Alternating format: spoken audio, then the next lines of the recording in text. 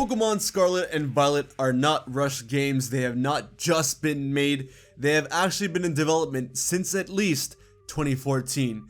And their names were conceived all the way back in 2008. And I have the evidence to prove it. What's going on, guys? HybridHero here. And way back when, AlmightyArceus and I actually made a video on his channel talking about how Generation 8 could possibly be in a Spain-based region. Now, obviously, we were wrong about that, and Sword and Shield ended up being Galar. But this is before we even knew what Sword and Shield was. There was just a lot of hints leading up to a Spanish-based region, or region based off Spain, rather. And I urge you to check that video out because it is quite funny how things ended up. Now, I will be talking about some of those points in this video, but there are a lot of new points as well. Some points from more recent games like BDSP and Sword and Shield, and one point that's very old, however it recently came to light once again. Starting things off, Gamefreak usually like to travel to the actual real-world region that they're going to make their game upon. So for Alola, they would have had some trips and travel to Hawaii, and then they would have done their research and enjoy their time there. And if you spot them at Hawaii, that's how you kind of know that a Hawaii-based game is kind of coming out sometime in the future. Now for Spain, we have a bunch of different visits from them. The first notable trip is in the fall of 2014 from Junichi Masuda himself. He was there at a school during the Chestnut Festival apparently, and he was just talking about how touched he was by all this of the Spanish fans and all the things he learned from the culture, and he was just amazed by Spain, the culture, and the people overall. And this is something you can still check out on his personal blog. I will leave the link to this in the description down below. But we will be coming back to this later on, much later on, for something quite interesting that I'm ashamed that I didn't catch earlier. And I know a lot of people are going to be like, oh my god.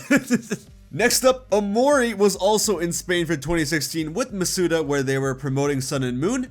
And they stayed there for an extended period of time, and specifically mentioned how they're trying to travel and do research on Spain. And they took their time and toured the entire country. Why would they do that if there wasn't a Spanish-based game coming out soon, right? And then in the end of October and beginning of November in 2017, once again, Masuda was spotted in Spain. And right before this, like near the end of October, Masuda was spotted in southern France. And we all know by this point, southern France and Spain touch, right? They're back to back next to each other, neighbors, mwah, love each other. Because Kalos and this upcoming region we're suspecting are going to be right beside each other. This could be it, boys. This and girls, don't worry. This could be it. This could be the game where we finally get Southern Kalos, but let's not go there just yet. Point here is, he was definitely exploring southern France while he was exploring Spain, so keep that in mind. Let's talk about all the Gen 7 things before we move on to the Gen 8 stuff. So in Ultra Sun Ultra Moon, there is a lady on Coney Coney Island that has Espanol in her vocabulary when you talk to her. She mentions that she's a muy excelente hairstylist, and she says the word what is it? What'd she say, bro? Hermosa. I don't know what that means. I should have asked AlmightyArceus or Raph. But yeah, she just came from a different region to Alola because she said there's a Pokemon with really beautiful curly hair, which I'm presuming is Tabulele. But point is, she's from a different region that has Spanish as its main language, which till now we had nothing, but obviously that's going to Pokemon Scarlet and Violet, and whatever region is in that game, that's most likely where this lady comes from. And even if you didn't believe the development stuff I mentioned earlier, at least this girl proves that since Ultra Sun and Ultra Moon, Pokemon Scarlet and Pokemon Violet have indeed been foreshadowed. Now, Raph did bring up a good point way back when, around the same time that Arceus and I made this video, that Ryuki could possibly be from the Spanish-based region as well. This is because the girl was in Ultra Sun and Ultra Moon who speaks Spanish, and Ryuki is a character that we just don't know where he's from. Even now, to this day, we still don't know where Ryuki came from, and he plays the guitar, which is an instrument that's, you know, very prominent in Spain. Now, at that point in time, it didn't seem like it was enough for him to say that Ryuki could be from a Spanish-based region. But now that the Coney Coney girl is still there and her Spanish is still valid and that we still don't know where Ryuki's from, I kind of dig it. Ryuki might be from Spain. We have no idea. And while it's not Gen 7, it is still older, so I'm going to mention it in the Gen 7 slot. In Pokemon X and Y in the Koroi train station, there is mention that it connects somewhere far off, wherever, and the southern part of Kalos once again connects to Spain and Portugal by extension, right? And since Masuda was there exploring southern France, and you still don't have any connection to this Koroi train station, and we are now getting Spanish-based games, and there are so many Spanish-based hints, it just makes you think, bro. It just makes you think, maybe, maybe we'll be getting Kalos and this Spanish-based region together. Irrespective of what, even if we don't get to go to the Kalos region in these games in Scarlet and Violet, I'm pretty sure the Koroi train station connects to this region in Scarlet and Violet just because of the real-world counterpart. The final bit of Gen 7 stuff is Ash from the Power of Us. In the Power of Us, Ash did in fact have his collar was red and yellow, which is obviously the colors of the Spanish flag. It's pretty much the exact same design of the modern flag anyways. And when people saw this, they were losing their mind because like, bro, this has to be a Spain-based region in Generation 8. But nah, it didn't turn out to be the case, but who knows, maybe Ash's Power of Us design still holds merit for Scarlet and Violet. Hard to say. Maybe we'll know when Pokemon Journeys ends and hopefully Ash gets his design back. We'll see. But all of that was old information. Now what I'm about to present to you is entirely new information, okay?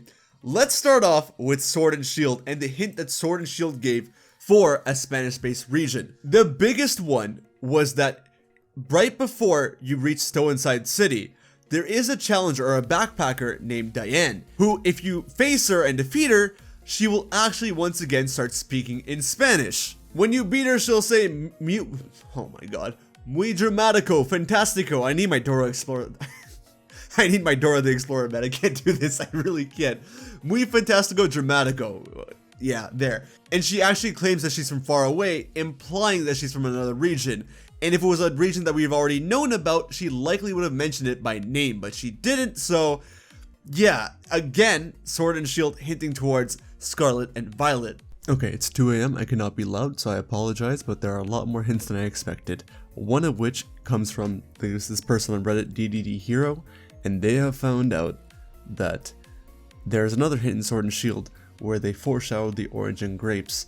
Now, if you're not aware, orange and grapes are a big deal in Scarlet and Violet. They're in like every single aspect of the trailer, and it goes crazy. Like there's definitely something to them. Possibly they could be the legendaries. But here in Hotel Iona, I believe it's called, in Sirchester, if you enter the left portion of the hotel, you'll see that the lobby has side rooms that are roped off from the access, and you can see the wallpaper be images of orange and grapes, which again are part of the trailer. So that's pretty huge. Moving on to BDSP, we once again have the Van Gogh paintings, or what we claim to be the Van Gogh paintings, and everyone thought this is Italy, myself included. I'm not gonna lie about that. But these type of paintings are there within Spain as well, any kind of European country to be honest, and you can make it a case for Spain or again any European country, so you might say this is whatever, and that's fine. But definitely looking by the trailers, there are a lot more water bodies, or like water in cities. Let's say that, water in cities. And that definitely like leads me to like think like, huh, maybe this was leading to that. But the one other thing that I thought was super strange was, if you talk to Masuda in BDSP, he starts off by saying ciao, right? And you look at this and you immediately think Italy, because ciao is ciao. Am I saying that right? I'm like traumatized with my Spanish pronunciation. I'm not even like, ugh. You assume it's Italy because it's ciao. But if you, I tried looking this up, okay? I tried looking up any Spanish related things to ciao, and it seems that people in Spain also say ciao, but it's spelled differently. C-H-A-O is how they say it, but it's the exact same pronunciation, exact same meaning. Hello, goodbye kind of thing. And if you go back to the article from 2014 where Masuda was talking about his wonderful experience in Spain, how does he end off every single one of his like goodbyes? Ciao, ciao, ciao. He said like 3 times. Bro, ciao. It was, I think he said it twice. Regardless, ciao. When I saw this, I was like, oh my god. I legit had to do like a quick Google search and I would have figured it out. But nah, I goofed there, but I'm not goofing now. Man said Chow, IRL, man said Chow in the game. This was a hint. I'm pretty sure the reason why they got the Chow thing wrong, it might have been a local mistranslation. Maybe they didn't know how to spell it. It's pronounced the same way, which is why I don't blame them, right? C-I-A-O, C-H-A-O. It's the exact same pronunciation. How would they know unless they were specifically told that there's going to be another region in Spain coming up, but you can't risk that with the translators because then the translators could leak information. So I don't blame them whatsoever, but this one was crazy. And I'm like, dang it. I can't help but laugh. Hey, it's me, 2 AM Hybrid once again. Another thing that DDD found out was that the flowers that are near Twin Leaf Town's exit to Route 201 are different in color. They're no longer the color they were in the DS games. They are now Scarlet and Violet colored flowers. Yeah, I don't think that's a coincidence. Okay, there's one more thing I was looking for and I just remembered. When Shigeru Omori and Junichi Masuda were in Portugal, they mentioned that they wanted to make a rooster Pokemon, it seems. This should technically be in the IRL section of the video, but I've already edited that bit, my bad. But this is coming from the Twitter account Portuga, I'm so sorry. And it seems as if they also have the old interviews from Omori and Masuda in 2016 as well. So when that unravels, hopefully they can find the 2017 sightings as well. That's what I'm hoping for. This may not serve as evidence per se, but I'm gonna mention it anyways. In Legends of Arceus, I think every other region is mentioned in one way, shape, or form. Kalos is not mentioned whatsoever. I'm assuming Garrick is indeed Wulfric's ancestor. I think that's almost a given. But Kalos is still not mentioned, and that's interesting because Kalos does exist as a region. We know that since AZ exists and all. But yeah, there's no mention of the Kalos region whatsoever. So it's quite strange. As every other region is mentioned, why would that be the case? And this is, again, might not hint towards Spain, but if Southern Kalos is a part of Scarlet and Violet, I'm just saying, maybe, who knows? That's why this isn't evidence, but I'm just going to mention it anyways, alright? Alright. Gotta give a shout out to Lockstin and his mythical Pokemon theory, like the theory that basically says that the mythical Pokemon of a previous generation will sort of foreshadow the next upcoming generation. And I kind of agree with this theory. At least Volcanion into Gen 7, Magearna into Gen 8, and now I guess Zarude into Gen 9. It fits well because Spain is the only place in Europe that has monkeys. That's quite interesting to me. I thought monkeys would be more common than that, but nah. Spain is the only place in Europe that has monkeys, so that's kind of cool. Yeah, I know the guy kept saying India, and there was a lot of evidence pointing towards India, to be fair.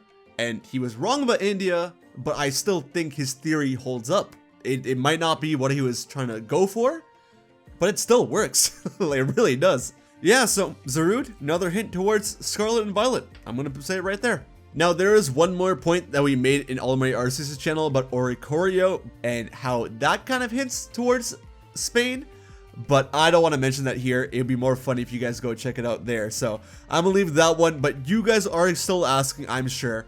We got 2014 out of the way. How come we have not mentioned 2008 yet? I said at the beginning of the video, these games have been hinted since 2008. 2008. How is this possible? Let me tell you.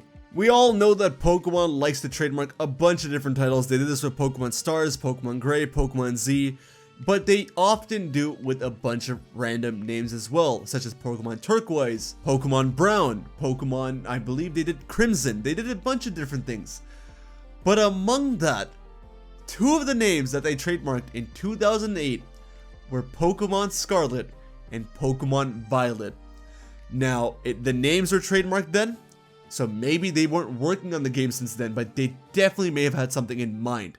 If they're using the names now and they trademarked it all the way back, all the way then, I'm pretty sure they had something in mind, and at the very least, Junichi Masuda was there in 2014. So they've been working on these games or have had ideas for them since 2014. And I guess it's been a slow build up since then.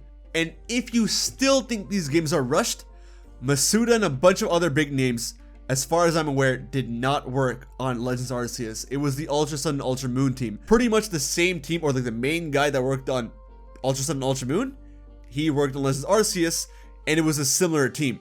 All the big names are here for Generation 9, for Pokemon Scarlet and Violet. So even if you don't think, for whatever reason, after all the points I mentioned, even if you don't think that they've been working on this since 2014, they at the very least were working on this side by side with Legends Arceus with 2 different development teams.